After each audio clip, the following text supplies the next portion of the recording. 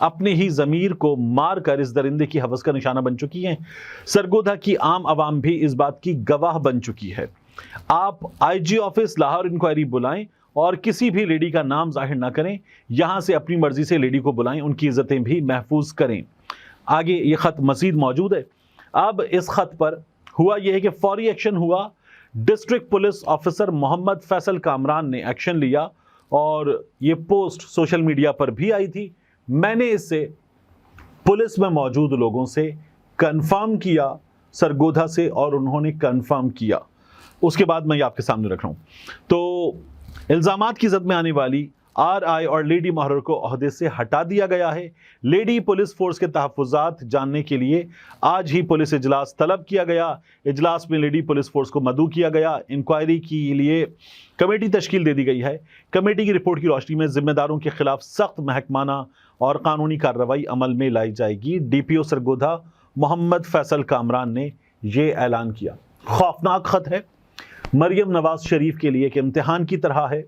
Police کے معاملے میں ابھی اتنا بڑا واقعہ ہوا، ہم نے مریم نواز شریف کو چپ دیکھا، ہم نے مرکز کی حکومت کو بھی چپ دیکھا، ان کی آواز بھی نہیں نکل سکی۔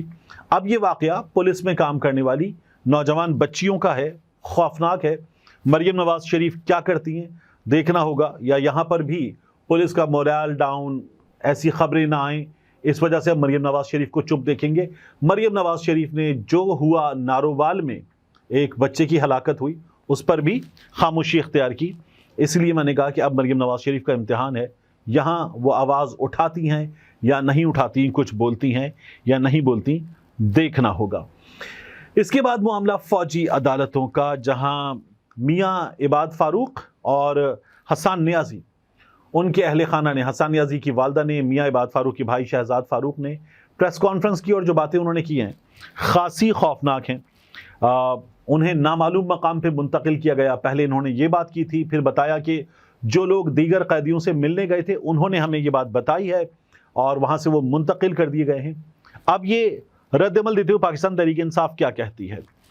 ان کا یہ کہنا ہے کہ بیرسٹر حسان نیازی اور میاں عباد فاروق کی ملٹری جیل سے نامعلوم مقام پر منتقلی کی ہم شدید مذمت کرتے ہیں۔ حسان نیازی اور عباد فاروق کی نامعلوم مقام پر منتقلی قانون اور انصاف کی حرمت پر حملہ ہے اور بنیادی انسانی اور آئینی حقوق کی خلاف ورزی ہے۔ فوجی عدالتوں میں غیر قانونی ٹرائل کے بعد دونوں نوجوانوں کی خفیہ طریقے سے نامعلوم مقام پر منتقلی ریاستی فسطائیت اور سیاسی انتقام کی واضح مثال ہے۔ فوجی عدالتیں ریاستی جبر اور انصاف کے قتل کا بدترین وسیلہ ہیں اور سویلینز کا فوجی قوانین کے تحت ٹرائل سراسر غیر آئینی ہے۔ یہ پاکستان تحریک انصاف نے اپنے رد عمل میں کہا ہے۔ ہم نے پریس کانفرنس دیکھی، ابو سر سلمان نیازی صاحب وکیل ہیں پاکستان تحریک انصاف کے رہنما ہیں، وہ موجود تھے۔ میاں شہزاد فاروق، میاں عباد فاروق کے بھائی موجود تھے۔ عمران خان صاحب کی بہن حسان نیازی کی والدہ وہ موجود تھیں، اور جو بات ان کی جانب سے کی گئی وہ یہ تھی کہ ہمیں انتہائی تشویش ہے میاں عباد فاروق کی، حسان نیازی کی سیفٹی کے حوالے سے۔ ان کا یہ کہنا ہے کہ یہ دونوں غیر قانونی حراست میں موجود ہیں۔ عباد فاروق اور حسان نیازی سے کسی قسم کا ہمارا رابطہ نہیں ہے۔ اور پھر اس کے بعد مجھے یہ ایک والدہ بتا رہی ہوں تو بتاتے ہوئے تکلیف ہوتی ہے۔ وہ والدہ کہہ رہی ہیں اپنے بیٹے کے حوالے سے، ایک بھائی کہہ رہا اپنے بھائی کے حوالے سے کہ یہ خدشہ ہے کہ کہیں انہیں قتل نہ کر دیا گیا ہو۔ کیا کوئی بھی اگر اپنا پیارا لاپتہ ہو، پتہ ہو کہ گرفتار ہے، کہیں منتقل کر دیا گیا ہے، تو کیا اس حد تک خدشے کا اظہار کیا جاتا ہے؟ نہیں۔ امید تو یہ ہوتی ہے مسلسل کہ انشاءاللہ ٹھیک ہوگا، انشاءاللہ جلد واپس آ جائے گا، ہمیں انصاف کی پوری امید ہے۔ لیکن جب یہ لاپتہ ہو گئے تو میرا یہ خیال ہے، میرا یہ گمان ہے کہ یہ لوگ پریشر ڈالنا چاہتے ہیں، مکمل طریقے سے پریشر، کہ ان کے بارے میں انفارمیشن آئے، کیونکہ اگر گمشدہ رہیں گے تو ظاہر ہے کہ تشویش بڑھے گی، ظاہر ہے کہ جو خدشہ ظاہر کیا ہے یہ بعد میں خدشہ بڑھے گا۔ لیکن ابھی انہوں نے یہ کہا کہ خدشہ ہے کہ کہیں انہیں قتل نہ کر دیا گیا ہو۔ دونوں کچھ دنوں سے بھوک ہڑتال پر تھے اور ریاست پہلے ہی دونوں کو 1 سال کی غیر قانونی قید میں رکھ چکی ہے، یہ انہوں نے اپنی پریس کانفرنس میں کہا۔ انہوں نے یہ بھی کہا کہ فسطائی ریاست فوری طور پر ان دونوں کو اور ملٹری کسٹڈی میں قید دیگر بے گناہوں سمیت دیگر جیلوں میں قید تمام سیاسی قیدیوں کو رہا کرے۔ یہ معاملہ ہم نے دیکھا ہے کہ عدالت میں ہے، کچھ لوگوں کو ابھی رہائی ملی ہے، اور باقی عدالت نے یہ کہا ہے کہ ان کے معاملے میں فیصلے نہ سنائے جائیں۔ اب یہ لوگ ان کی رہائی کا بھی مطالبہ کر رہے ہیں۔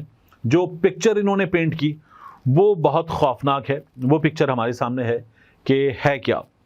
اس کے بعد عمران خان صاحب کا معاملہ، عمران خان صاحب نے، میں نے آپ کو پہلے بھی بتایا، رپورٹ ہو رہا تھا کہ اڈیالہ جیل میں جو سماعت ہو رہی ہے القادر ٹرسٹ کیس میں، وہاں رپورٹرز کو جس باکس میں بند کیا گیا وہ اور دور کر دیا گیا، کچھ 70-80 فیٹ دور، اور اس باکس کی اونچی اونچی دیواریں بنا دی گئی ہیں۔ تو سمجھ میں نہیں آتا، عمران خان صاحب نے تو یہ بھی کیا کہ اس سے پچھلی سماعت پر وہ ایک کرسی پر کھڑے ہو گئے اور کرسی پر کھڑے ہو کر باواز بلند بول کر اپنی آواز رپورٹرز تک پہنچانے کی کوشش کرنے لگے۔ اب یہاں پر عمران خان صاحب نے ایک بار پھر ان دیواروں پر اعتراض کیا اور انہوں نے کہا یہ عدالت ہی نہیں ہے، یہ عدالت کا ماحول نہیں ہے۔ جج صاحب ہیں ناصر جاوید رانا، ان سے عمران خان صاحب نے جب یہ بات کی اور کہا یہ کیسی عدالت ہے، تو عمران خان صاحب نے ان سے کہا کہ انصاف کے تقاضے پورے ہونے چاہیے۔ انہوں نے کہا آپ صحافیوں سے بات کرتے ہیں، یہاں عدالت چل رہی ہوتی ہے، یہ مت کیا کریں، آپ پریس کانفرنس شروع کر دیتے۔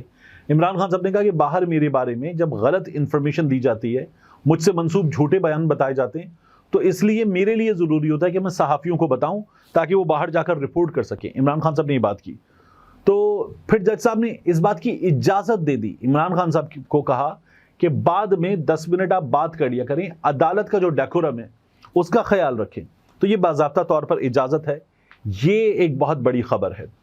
اب ایک بڑی خبر یہ بھی کہ عمران خان صاحب نے جو کہا نا کہ یہ عدالت کا ماحول نہیں لگ رہا، تو جج صاحب نے کہا یہ دیواریں ہٹائی جائیں۔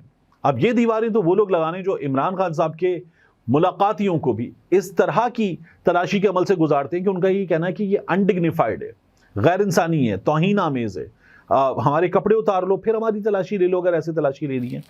تو جب وہ یہاں تک شکایت کرنے پر آ گئے اور عمران خان صاحب سے ملاقاتیں بھی روکی جا رہی ہیں، شیخ وقاص اکرم کے نام کی منظوری تھی انہیں بھی باہر روک دیا گیا، جب یہ سب کچھ ہو رہا ہے تو عمران خان صاحب نے کہا کہ نہیں، یہ ایسے عدالت نہیں چل سکتی۔ تو جج صاحب نے بھی کہا کہ یہ دیواریں ہٹائیں، جب تک آپ یہ دیواریں نہیں ہٹائیں گے سماعت آگے نہیں بڑھے گی۔ اب اس خبر کا یہ ایک نیا رخ ہے بالکل کہ سماعت آگے نہیں بڑھے گی۔ جج صاحب یہ کہہ رہے ہیں، جج صاحب یہ کہہ رہے ہیں کہ جو عمران خان صاحب نے، بشرا بی بی کے وکلا نے یہ کہا ہے، پاکستان تحریک انصاف والوں نے، کہ بشرا بی بی کے سیمپل باہر کسی پرائیویٹ لیب سے کروائے جائیں اور جیل انتظامیہ نہیں مان رہی، تو ان کا یہ کہنا ہے کہ ہم یہ کروائیں گے، دوبارہ ہم حکم دے رہے ہیں کہ شفا سے یہ ٹیسٹ ہونے چاہیے، کروائے جائیں۔